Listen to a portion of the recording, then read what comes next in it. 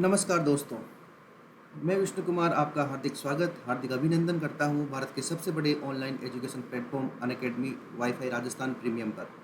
दोस्तों, जैसा मैं सोचता हूं कि आप सभी लोग स्वस्थ होंगे, खुश होंगे, मस्त होंगे और अपनी अध्ययन को निरंतर आगे बढ़ाने का प्रयास कर रहे होंगे, इसमें कोई दो राय नहीं है।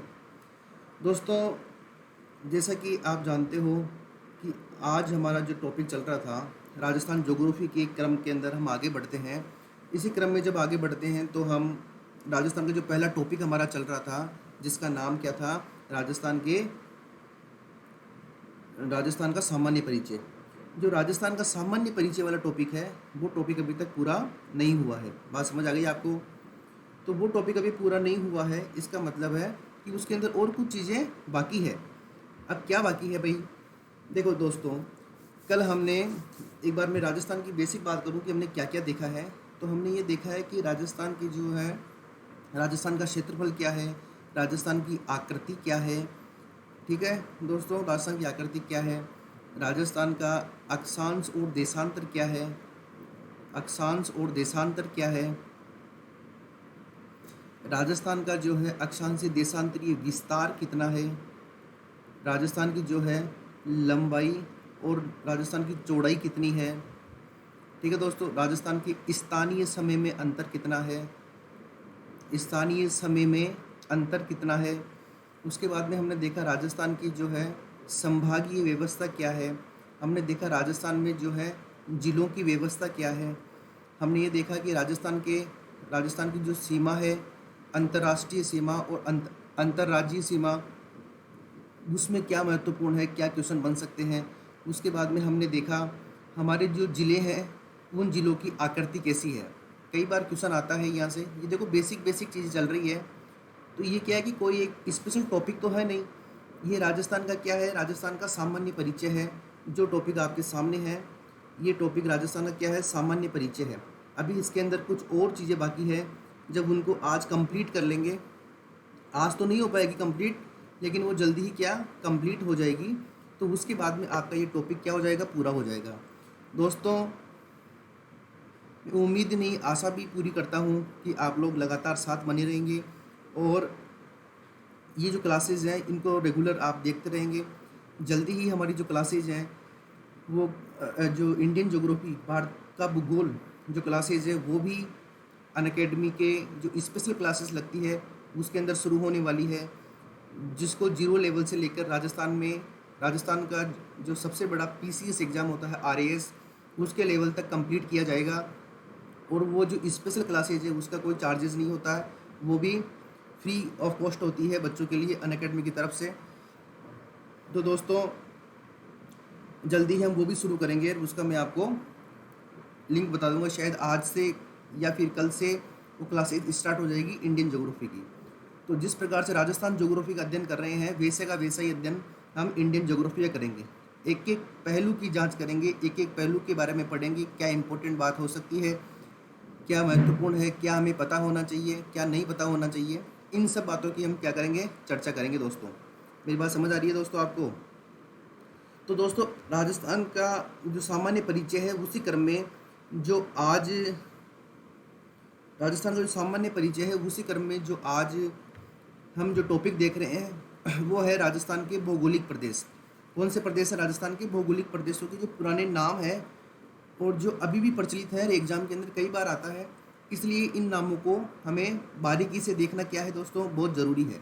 बात समझ आ रही है आपको? तो देखिए दोस्तों, नंबर वन हम देखते हैं छप्पन का मैदान। क्या है दोस्तों? ये छप्पन का मैदान है दोस्तों। छप्पन का मैदान कहाँ है दोस्तों? प्रतापगढ़ और बांसवाड़ा में। मतलब सबसे पहली बात, इसका क्षेत्र क्या है छप्पन के मैदान का? प्रतापगढ़ और बांसवाड़ा है। ध्यान रखना, जब हम मैप में देखेंगे राजस्थान का मैप में, तो राजस्थान का मैप कुछ इस तरह है। मैंने आपको पहले ही कह दिया कि अपने साथ जब ज्योग्राफी आप पढ़ रहे हो, आप और मैं जब साथ बैठे हैं, तो पेन और कॉपी आपके हाथ में होनी चाहिए और मैप आपके साथ में होना चाहिए। बात समझ आ रही है? तो देखो, ये राजस्थान का पूर्वी भाग है, ये राजस्थान का पश्चिमी भाग है, ये राजस्थान का उत्तरी भाग है और ये राजस्थान का दक्षिणी भाग है दोस्तों। अब इस दक्षिणी भाग में, अब जब हमने क्या पढ़ा था, अंतर्राज्यीय सीमाओं के बारे में अध्ययन किया था, तब हमने ये देखा था कि यहाँ पर एक ज़िला है जिसका नाम है बांसवाड़ा, और यहाँ पर एक ज़िला है जिसका नाम है डूंगरपुर। तो बांसवाड़ा और डूंगरपुर जो है ये दक्षिणी राजस्थान में स्थित हैं, और हमें ये भी पता है कि यहीं से माही नदी बहती है। माही नदी यानी कौन सी नदी बहती है यहाँ पर? माही नदी बहती है। तो देखो छप्पन का मैदान कहाँ है? प्रतापगढ़ व बांसवाड़ा में माही नदी के किनारे एवं माही नदी किनारे गांव व नदी नालों का समूह छप्पन का मैदान कहलाता है। ऐसे भी कहते हैं कि यहाँ पर 56 गांव है, ऐसे भी कहते हैं कि यहाँ पर 56 नदी नाले हैं। ठीक है ना, तो उससे कोई फर्क नहीं पड़ रहा। लेकिन ये जो एरिया है, ये जो इलाका है, इसे क्या बोलते हैं? 56 का मैदान बोलते हैं दोस्तों एक और आएगी 56 की पहाड़ियाँ, तो उसकी उस समय चर्चा करेंगे जब 56 की पहाड़ियाँ आ रही होगी। दोनों अलग अलग है। पहला पॉइंट आज का क्या हुआ? 56 का मैदान, यानी आपसे क्षेत्र पूछे तो बताना है प्रतापगढ़ बांसवाड़ा, नदी पूछे तो बताना है माही नदी के किनारे, पूछे कि क्या विशेष है भाई 56 गांव और 56 नदी नालों का समूह वाला जो क्षेत्र है, जो मैदान है, उसे हम क्या बोलते हैं? 56 का मैदान बोलते हैं। और ये मैदान जो है राजस्थान के दक्षिणी भाग में स्थित है। बात समझ आई? कहाँ पर स्थित है दोस्तों? ये दक्षिणी भाग में स्थित है। तो मैं उम्मीद कर रहा हूँ समझ आ रहा होगा। समझ आ रहा हो तो थम्स अप करिए आप। नंबर 2, काठल। काठल क्या होता है? मैंने आपको बताया था काठा। जैसे गुजरात के जो राज्य हमारे लग रहे थे उसके अंदर 2 जिले आए थे, एक का नाम था बनासकाठा, एक का नाम था साबरकाठा, बताया था। तो काठा क्या है? किसी नदी का जो प्रवाही क्षेत्र होता है ना, मतलब जिस क्षेत्र से नदी बहती है, जिस क्षेत्र से नदी बहती है, ठीक है ना, उस क्षेत्र को ही क्या बोलते हैं? मतलब काठा के नाम से जानते हैं स्थानीय भाषा में। जो नदी का अपवाह क्षेत्र होता है ना, नदी का क्या होता है दोस्तों? अपवाह क्षेत्र होता है। उसी स्थानीय भाषा में किस नाम से जानते हैं दोस्तों? काठा के नाम से जानते हैं। तो जो काठल है ये प्रतापगढ़ के आसपास जो माही नदी के किनारे का क्षेत्र है। माही नदी का जो किनारा है, उस किनारे का जो क्षेत्र है, उस क्षेत्र को क्या बोलते हैं दोस्तों? काठल के नाम से जानते हैं। मतलब मुख्य रूप से प्रतापगढ़ का जो क्षेत्र है, प्रतापगढ़ और उसके जस्ट नीचे बांसवाड़ा, इसका जो एरिया है, उस एरिया को क्या बोलते हैं दोस्तों? काठल के नाम से जानते हैं। बात समझ आ गई? देखो दोस्तों तीसरा इंपॉर्टेंट बिंदु लिखा है ऊपरमाल। ऊपरमाल क्या है सर? ऊपरमाल क्या है? एक पठार है, एक प्लेट्यू है ऊपरमाल का पठार। ऊपरमाल का पठार कहाँ है? बिजोलिया भीलवाड़ा। अगर राजस्थान का आप मैप देखोगे तो इस राजस्थान के मैप में आप ये देखोगे कि यहाँ पर भीलवाड़ा है, ठीक है, और उसके ऊपर यहाँ पर चित्तौड़गढ़ है, और इन दोनों के बीच में यहाँ पर एक पठारी क्षेत्र है। इस पठारी क्षेत्र को क्या बोलते हैं दोस्तों? ऊपरमाल का पठार बोलते हैं।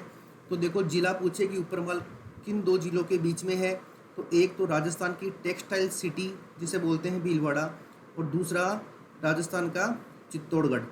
इन दोनों के बीच में है दोस्तों, भीलवाड़ा और चित्तौड़गढ़ के बीच में है। भीलवाड़ा का भी कौन सा एरिया है? बिजोलिया।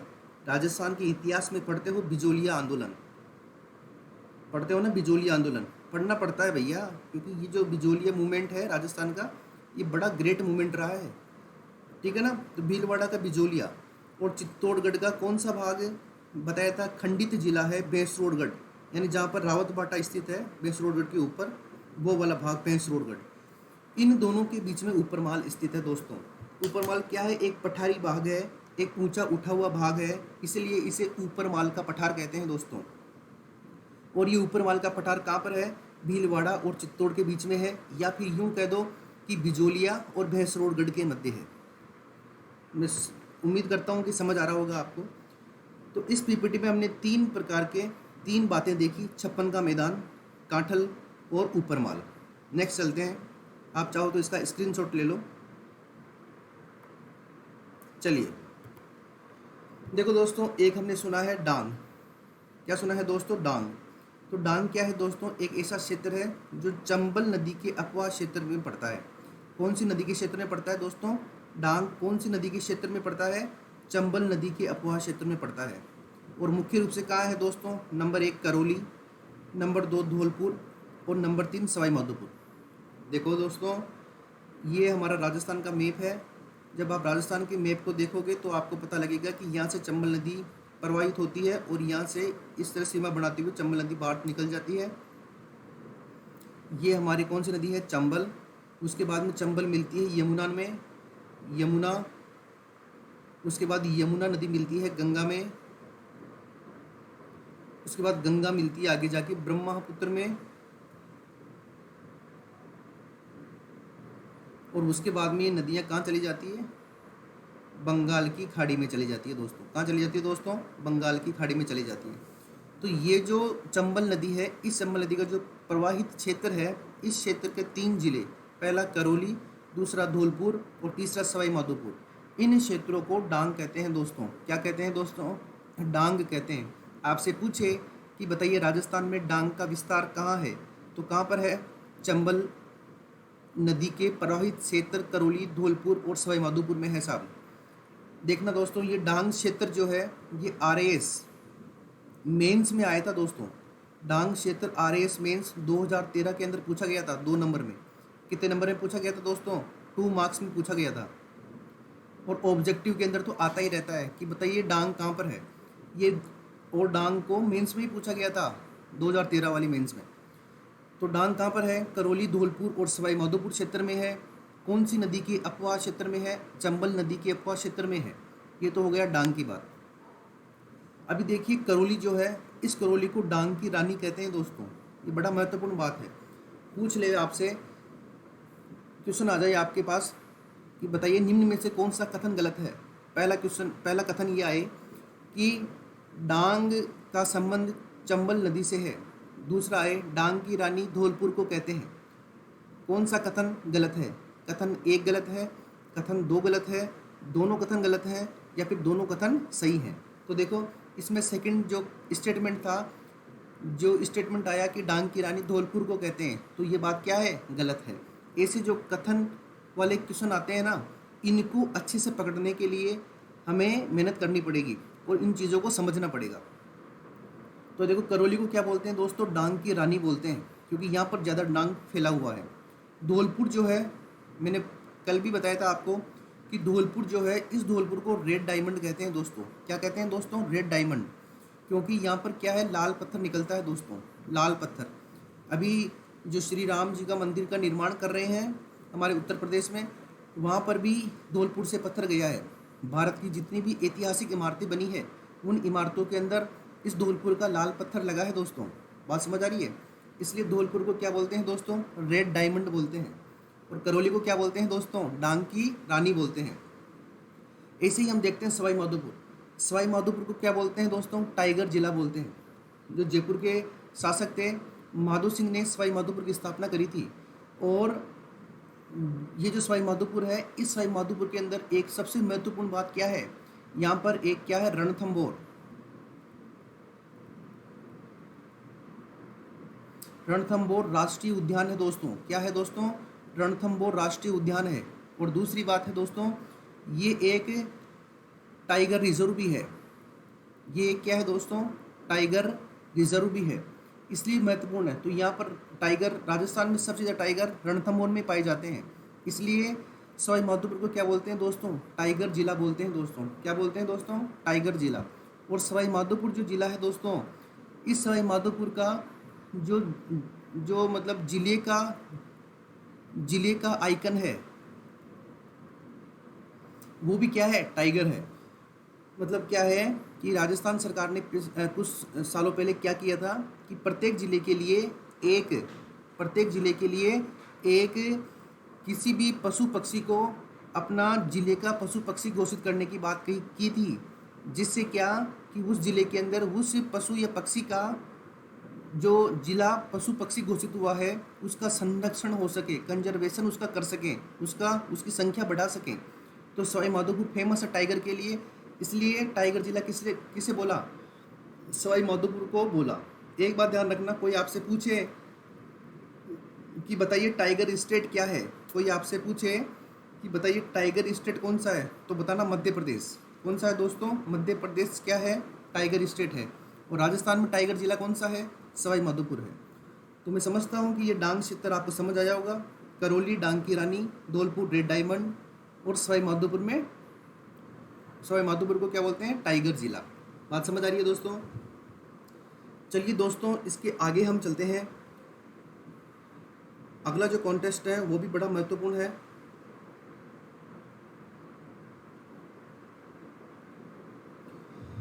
देखो दोस्तों, एक हमारे जो राजस्थान की जब हम बात करें, राजस्थान का जब मैप देखेंगे तो इस मैप में एक ज़िला है जालोर।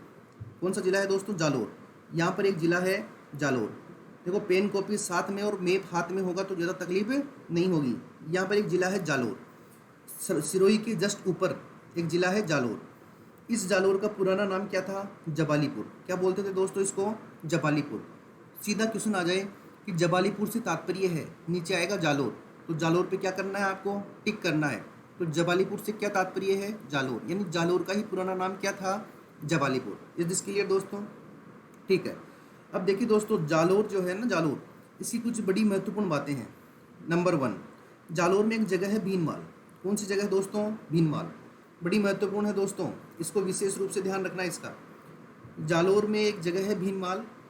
इस भीनमाल में यहाँ चीनी यात्री हेनसांग आया था। सबसे महत्वपूर्ण बात है कि राजस्थान की किस जगह पर या किस ज़िले में चीनी यात्री हेनसांग आया था?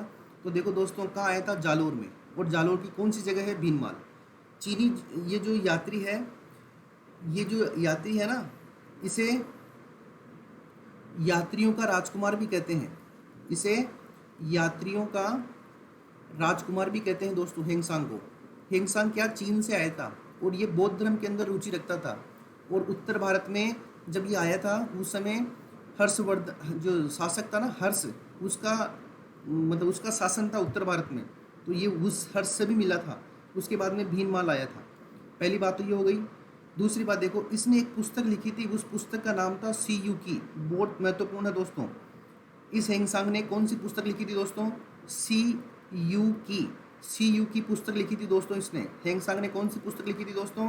सी यू की। इस सी यू की पुस्तक में भीनमाल को पीलो भीलो के नाम से पुकारा है दोस्तों। बड़ा महत्वपूर्ण है, क्वेश्चन आया हुआ है सेकंड ग्रेड तक के एग्जाम के अंदर कि बताइए पीलो भीलो से क्या तात्पर्य है? तो पीलो भीलो से क्या तात्पर्य है कि साहब हमारे जालोर में एक जगह है भीनमाल।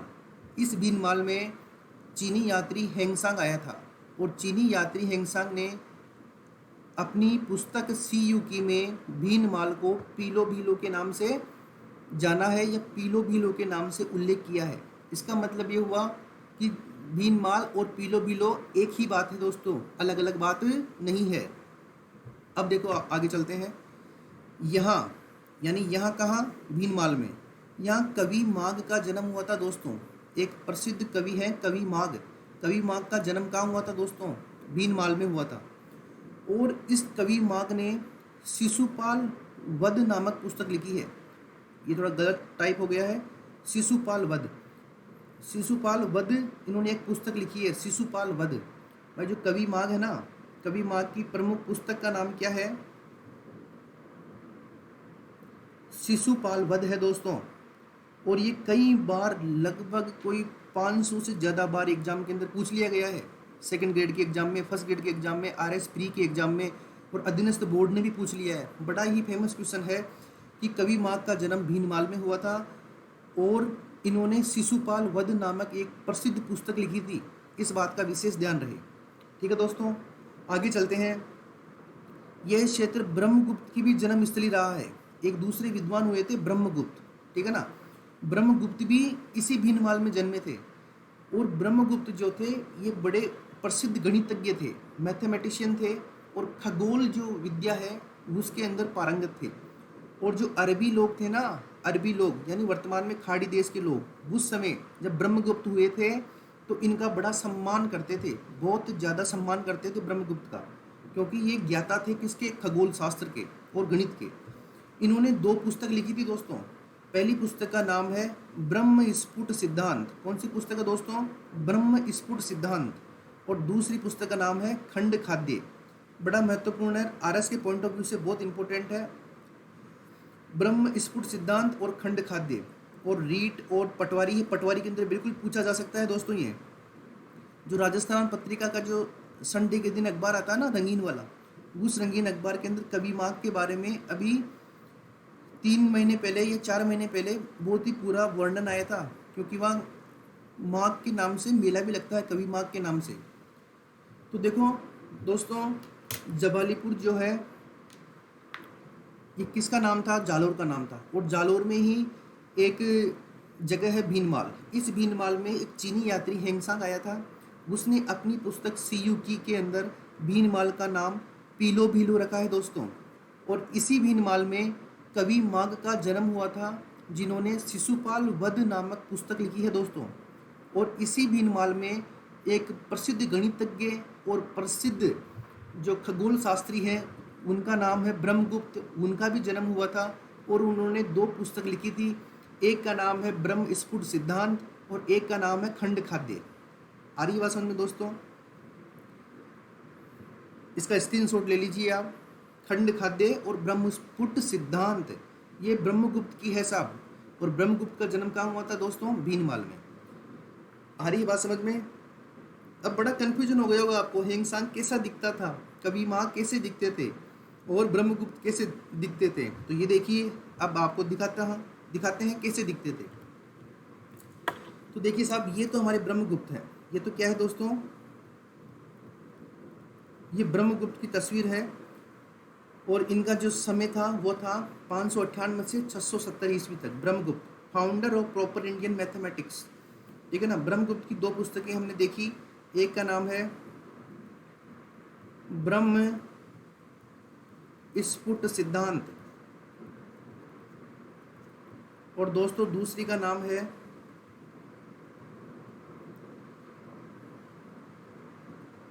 खंड खाद्य। खंड खाद्य, ये 2 पुस्तकें इनकी।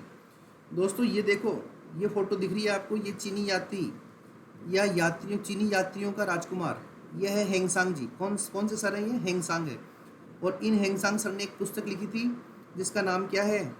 सी यू की। क्या नाम है दोस्तों? सी यू की। और इसी पुस्तक में भीनमाल को इन्होंने क्या बोला है दोस्तों? पीलो भीलो कहा है दोस्तों। क्या कहा है दोस्तों? पीलो भीलो। बात समझ आ गई? तीसरा ये देखिए, भारत सरकार ने एक डाक टिकट भी जारी कर रखा है। ये है कवि माघ, महाकवि माघ। देखिए भारत सरकार क्या लिखती है इन्हें? महाकवि माघ लिखती है। और देखो ये पुस्तक जो ये दिखाई दे रही है ना आपको, ये पुस्तक, इसको जब अच्छे से देखोगी तो देखो एक नाम लिख रहा है इसमें, शिशुपाल वध। क्या नाम लिख रखा है दोस्तों? शिशुपाल वध। तो ये इनकी बुक का नाम क्या है दोस्तों? बड़ी महत्वपूर्ण है दोस्तों। अब महत्वपूर्ण तो आपको लग ही रही होगी जब भारत सरकार डाक टिकट जारी कर रही है और उसकी जो पुस्तक सामने है उसका नाम भी शिशुपाल वध दिखाई दे रहा है। शिशुपाल वध।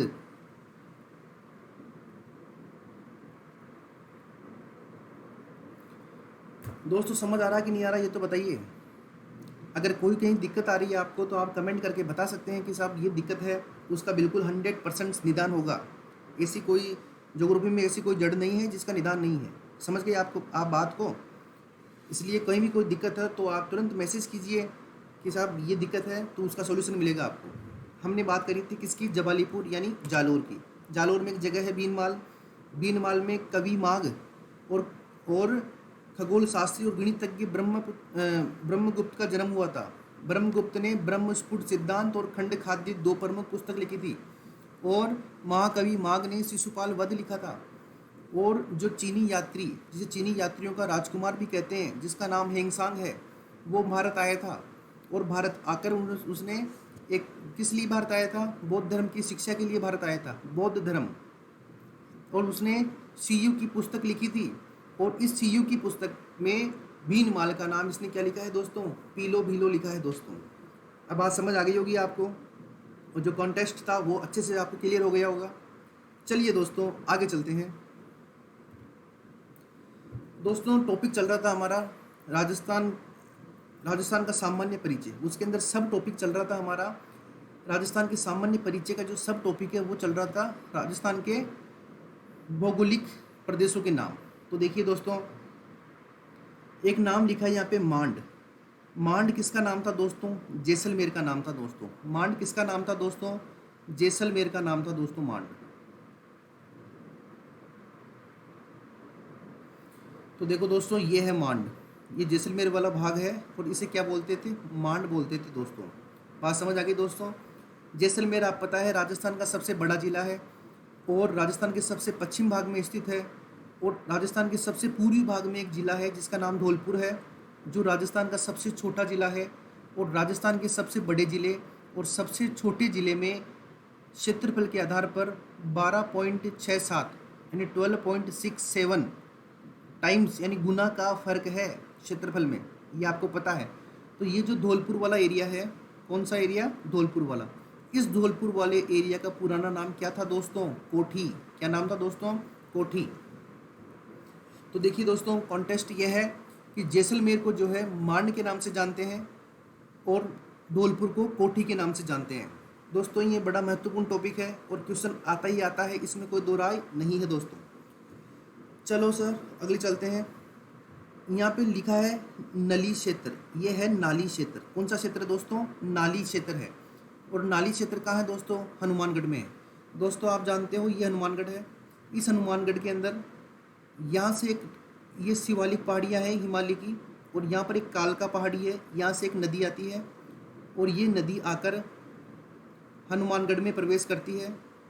उसके बाद में गंगानगर में प्रवेश करती है और कभी कभी ये पाकिस्तान के फोर्ट अब्बास तक चली जाती है दोस्तों। ये पाकिस्तान का क्या है? फोर्ट अब्बास है। बस खाली मैं तो ये समझा रहा हूँ आपको कि नाली क्षेत्र क्या होता है। नदी की बात बाद में करेंगे। और इस नदी का नाम क्या है दोस्तों? गग्गर है। क्या है दोस्तों? गग्गर। तो दोस्तों हनुमानगढ़ में ये जो गग्गर नदी का बहाव है ये बिल्कुल कम हो गया है। इसका बहाव जो अपवा क्षेत्र है वो बिल्कुल क्या हो गया है? इसका बहाव क्षेत्र बिल्कुल कम हो गया है। ये एक नाली के रूप में दिखाई देती है, केवल बारिश के समय में बहती है और नाली के रूप में दिखाई देती है। इसलिए हनुमानगढ़ में गग्गर नदी के बहाव क्षेत्र को क्या बोलते हैं? नाली क्षेत्र बोलते हैं।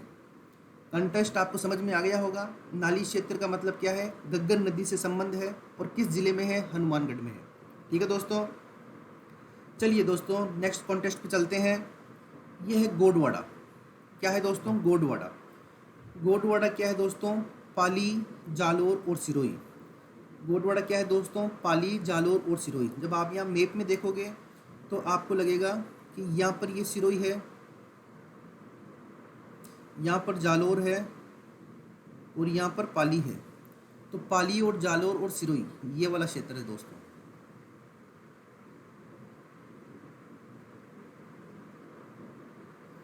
इस पाली, जालोर, सिरोही को क्या बोलते हैं दोस्तों? गोडवाड़ा बोलते हैं। गोडवाड़ा बोलते हैं दोस्तों पाली, जालोर और सिरोही के क्षेत्र को। अब गोडवाड़ा क्यों बोलते हैं दोस्तों? क्योंकि यहाँ पर गोडवाड़ी भाषा बोली जाती है दोस्तों। मतलब on the basis of language, local language Godwari बोली जाती है यहाँ पर। इसलिए इन क्षेत्र को क्या बोलते हैं दोस्तों? गोडवाड़ा बोलते हैं। और भाषा का नाम क्या है? गोडवाड़ी। ये भाषा बोली जाती है, इसलिए इस क्षेत्र को क्या बोलते हैं दोस्तों? गोडवाड़ा। और ये कहाँ पर है? पाली, जालोर और सिरोही में। जो आपको ये दिखाई दे रहा है डार्क मैप रेड वाला, ये है गोडवाड़ा क्षेत्र। ठीक है दोस्तों, समझ आ गया। उसके बाद दोस्तों आगे चलते हैं। नेक्स्ट कॉन्टेस्ट अपना मालानी क्षेत्र। क्या है दोस्तों? मालानी क्षेत्र। दोस्तों एक ज़िला है हमारे बाड़मेर, ये पता है, ये जैसलमेर है, मांड बोलते हैं। इसके जस्ट नीचे एक क्षेत्र है बाड़मेर। इस बाड़मेर का जो गुडा मलानी क्षेत्र है जो बालोतरा में पड़ता है उसे बोलते हैं मालानी क्षेत्र। ठीक है। और इसका ज़िला कौन सा है दोस्तों? बाड़मेर। बड़ा फेमस है मालानी क्षेत्र का मतलब बाड़मेर, याद रखना आप, क्योंकि सीधा क्वेश्चन पूछा जाता है कि भाई मालानी क्षेत्र का मतलब क्या है? बाड़मेर है। चलिए दोस्तों नेक्स्ट की तरफ चलते हैं। देखिए दोस्तों, कोंकण तीर्थ और तीर्थों का मामा। कोंकण तीर्थ या तीर्थों का मामा, या फिर हम बोलते हैं पंचम तीर्थ, या बोलते हैं पंचम तीर्थ। कोंकण तीर्थ, तीर्थों का मामा, या फिर पंचम तीर्थ, ये किसे बोलते हैं दोस्तों? ये पुष्कर को बोलते हैं दोस्तों। पुष्कर कहाँ है दोस्तों? अजमेर ज़िले में है दोस्तों। ये यहाँ पर है पुष्कर। कहाँ है दोस्तों? अजमेर ज़िले में है। और अरावली की पहाड़ियों से घिरा हुआ है। और यहाँ पर एक झील है जो राजस्थान की सबसे पवित्र झील मानी जाती है, लेकिन सबसे प्रदूषित झील भी है। लेकिन प्रदूषित पहले थी, अभी कनाडा जो देश है उत्तरी अमेरिका महाद्वीप, नॉर्थ अमेरिका कॉन्टिनेंट का जो एक देश है कनाडा, उसकी सहायता से इसको साफ किया गया है। यहाँ पर विश्व प्रसिद्ध ब्रह्मा जी का मंदिर है, ठीक है, जहाँ पर ब्रह्मा जी की पूजा की जाती है। और भी बहुत सारी चीज़ें हैं पुष्कर के बारे में जिसकी चर्चा करेंगे जब झील फट रहे होंगे ना तब। तो अभी क्या देखना है कि राजस्थान के अजमेर में जो पुष्कर है उसे कोंकण तीर्थ कहते हैं, तीर्थों का मामा कहते हैं, और या फिर पंचम तीर्थ कहते हैं। ठीक है दोस्तों, पुष्कर कहाँ पर है? अजमेर में है। अब जब तीर्थों का मामा आया है तो देखो दोस्तों, एक आता है तीर्थों का भांजा। तीर्थों का भांजा दोस्तों, तीर्थों का भांजा एक प्रसिद्ध जगह है जिसे बोलते हैं मचकुंड। क्या बोलते हैं दोस्तों? मचकुंड बोलते हैं। और ये जो मचकुंड है ये कहाँ पर है दोस्तों? ये हमारे धौलपुर में है दोस्तों। मचकुंड कहाँ है दोस्तों? धौलपुर। तीर्थों का भांजा, मचकुंड, धौलपुर। पहली बात समझ आई। और जब तीर्थों के भांजे की बात करें हैं हम, तो हम तीर्थों की नानी भी देख लेते हैं। तीर्थों की नानी दोस्तों, बड़ा यही तो है राजस्थान में, बोलते हैं ना कि विविधता में एकता। बहुत सारे तीर्थ हैं, बहुत सारे धार्मिक परंपराएं हैं, सामाजिक, आर्थिक, राजनीतिक, शैक्षणिक, सांस्कृतिक, ऐतिहासिक, साहित्यिक, स्थापत्य, सब के अंदर राजस्थान की स्थिति बड़ी मजबूत, स्ट्रॉन्ग है साहब। राजस्थान का इतिहास पढ़ने और पढ़ाने लायक है। यहाँ के वीर पुरुषों की गाथाएं पढ़ने और पढ़ाने लायक है। वीर महिलाओं की गाथाएं सुनने लायक है। यहाँ पे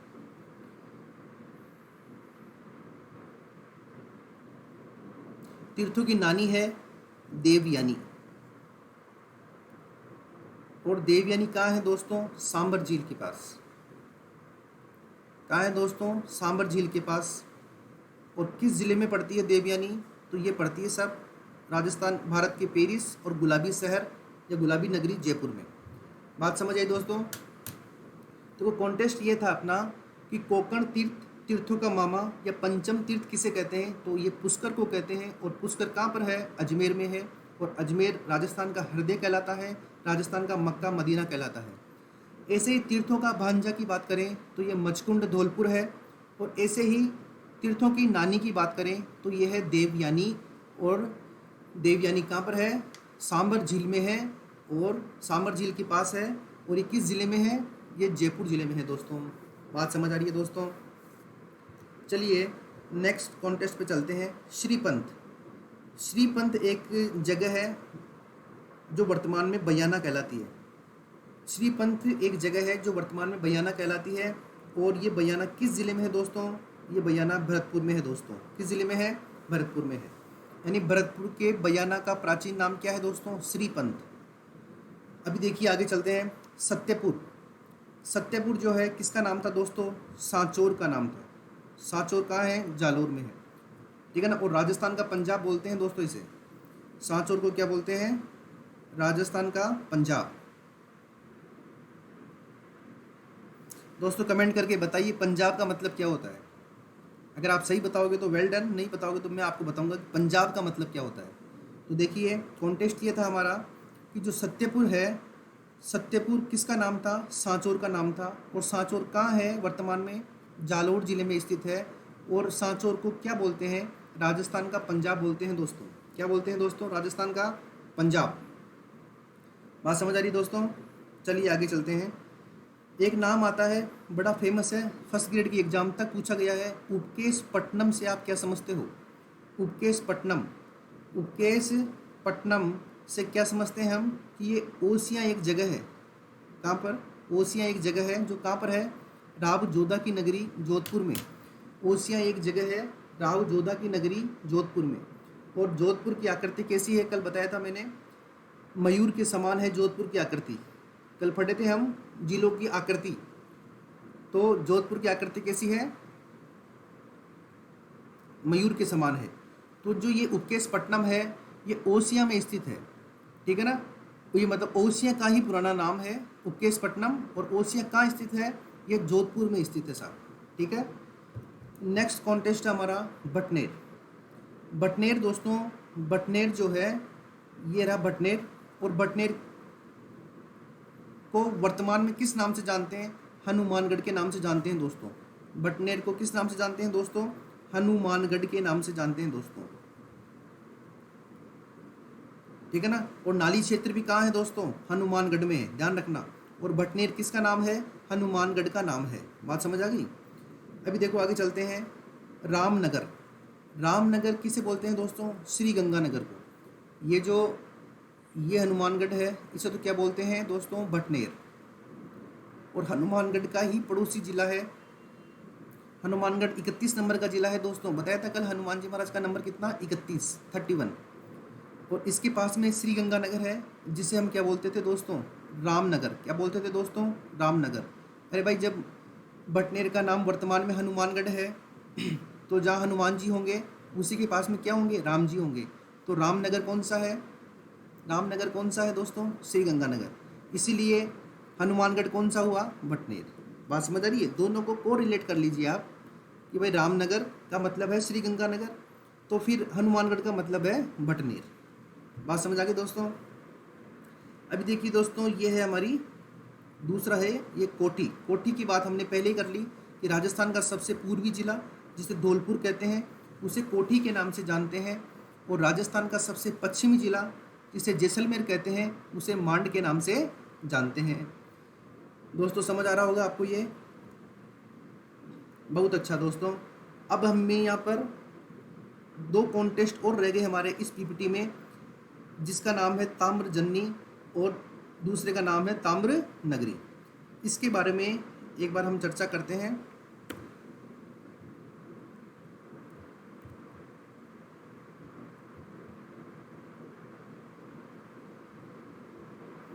देखो दोस्तों, ये जो ताम्र नगरी और ताम्रजन्नी है ये बड़ी महत्वपूर्ण है और एग्जाम के अंदर कई बार आ गई है दोस्तों। तो आज इसको भी देख लेते हैं कि ताम्रजन्नी और ताम्र नगरी का क्या मतलब है। दोस्तों पढ़ना ऐसा है कि क्वेश्चन एक भी नहीं छूटे, हमारी मेहनत ऐसी होनी चाहिए। ताम्र नगरी और ताम्रजन्नी,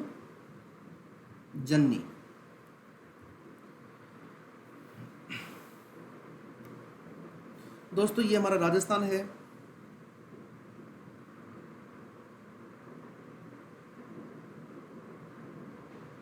आपको पता है यहाँ पर शेखावाटी है, यहाँ पर है सीकर,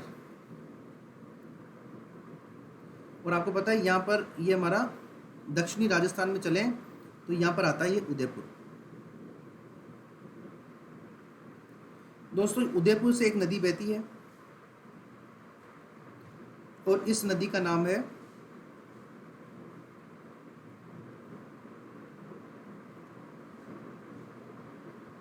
उदयपुर में एक नदी बहती है और इस नदी का नाम है बेडच नदी।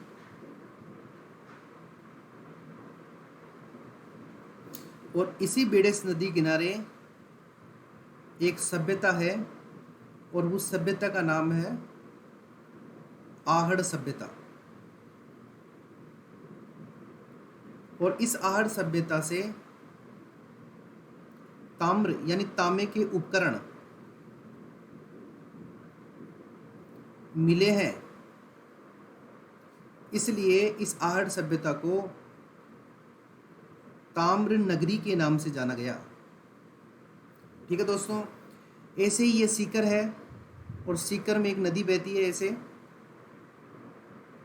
सीकर है और सीकर में एक नदी बहती है जिसका नाम है कांतली नदी। दोस्तों क्या नाम है दोस्तों? कांतली नदी। इसके बारे में चर्चा करेंगे बिल्कुल। और इस कांतली नदी के किनारे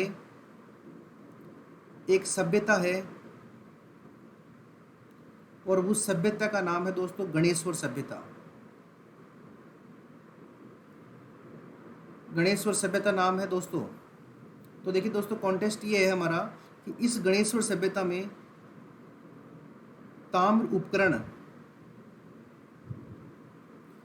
ज्यादा मात्रा में मिले हैं दोस्तों। इसलिए दोस्तों इस गणेश्वर सभ्यता को क्या कहा? ताम्रजन्नी कहा दोस्तों। क्या कहा दोस्तों? ताम्रजन्नी। अभी देखिए दोस्तों, सीकर हम जानते हैं यहाँ पर झुंझुनू जिला है और झुंझुनू के अंदर तांबे की सबसे बड़ी खेतड़ी झुंझुनू जो है तांबे के लिए फेमस है दोस्तों। किस लिए फेमस है दोस्तों? खेतड़ी झुंझुनू किसके लिए फेमस है दोस्तों? खेतड़ी, झुंझुनू किसके लिए फेमस है?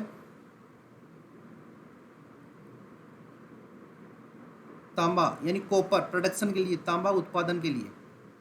यहाँ पर राजस्थान में सबसे बड़ी तांबे की खान है दोस्तों। कहाँ पर है? झुंझुनू में।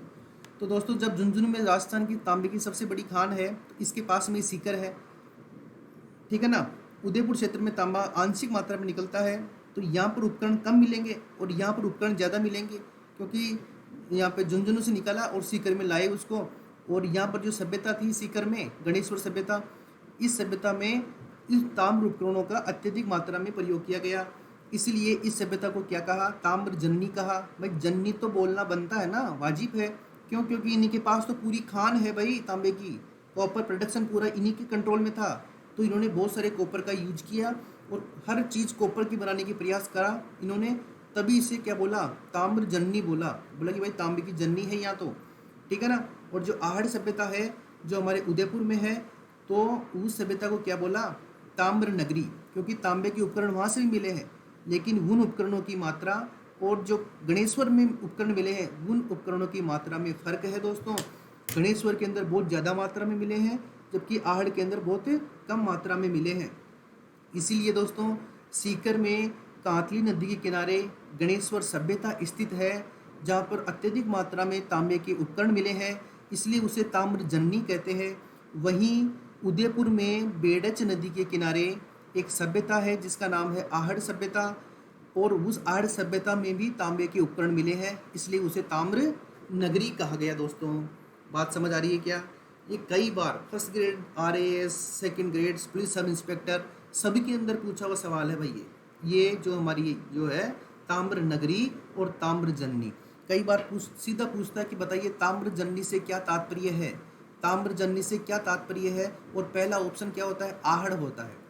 तो बच्चे क्या करते हैं?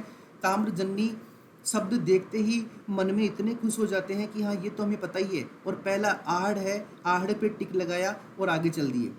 थोड़ा सा सोचो क्वेश्चन पढ़ने के बाद में कि ताम्र जन्नी का मतलब है गणेश्वर और ताम्र नगरी का मतलब है आहड़। ताम्र जन्नी पूछा है और पहला ऑप्शन आहड़ है, इसका मतलब एग्जामिनर कंफ्यूज करना चाहता है, तो कंफ्यूज बिल्कुल होना ही नहीं है। बात समझ आ रही है दोस्तों? तो दोस्तों ये था हमारा ताम्र नगरी और ताम्र जन्नी। इसका स्क्रीनशॉट ले लीजिए आप चाहो तो।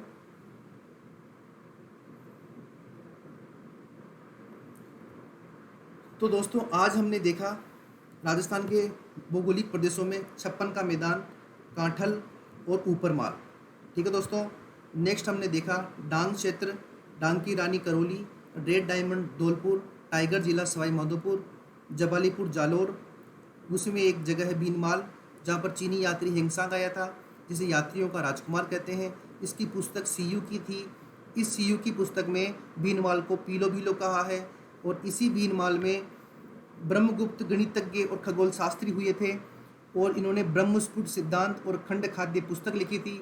और इसी भीनमाल में महाकवि माघ का जन्म हुआ था, जिस पर भारत सरकार ने डाक टिकट भी जारी किया है, और शिशुपाल वध नामक पुस्तक महाकवि माघ ने लिखी थी।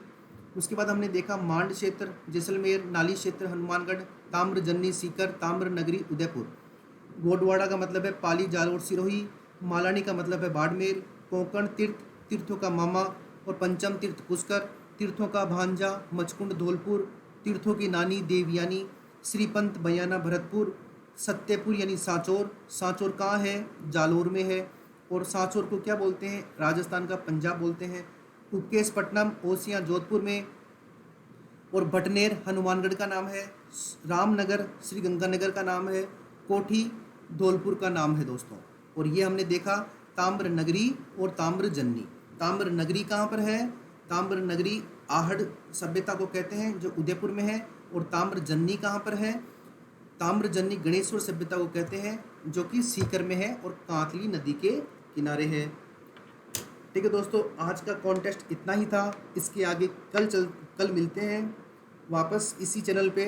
और वैसे लाइव राजस्थान जो वाईफाई 2.0 चैनल है उस पर शाम को 5 बजे लाइव भी आता हूँ मैं।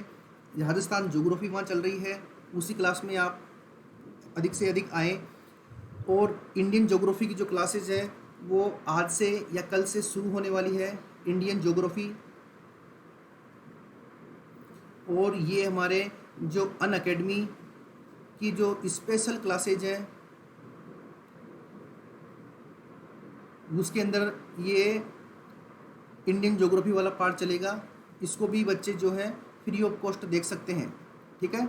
इंडियन ज्योग्राफी भी बिल्कुल जीरो लेवल से शुरू करेंगे और उसके बाद में कहाँ तक जाएंगे, राजस्थान में RAS मेंस तक जो भी क्वेश्चन आए हैं उन तक इसमें चर्चा करेंगे। इसके बीच में आपके पुलिस वाले, सब इंस्पेक्टर वाले, JN वाले या फिर हमारे जो first grade second grade REET वाले हैं, ठीक है ना, ये या अधीनस्थ बोर्ड का कोई भी पेपर हो, सभी कॉन्टेस्ट को हम मिक्सर करते हुए आगे बढ़ेंगे, कोई भी छूटना नहीं चाहिए, ठीक है दोस्तों।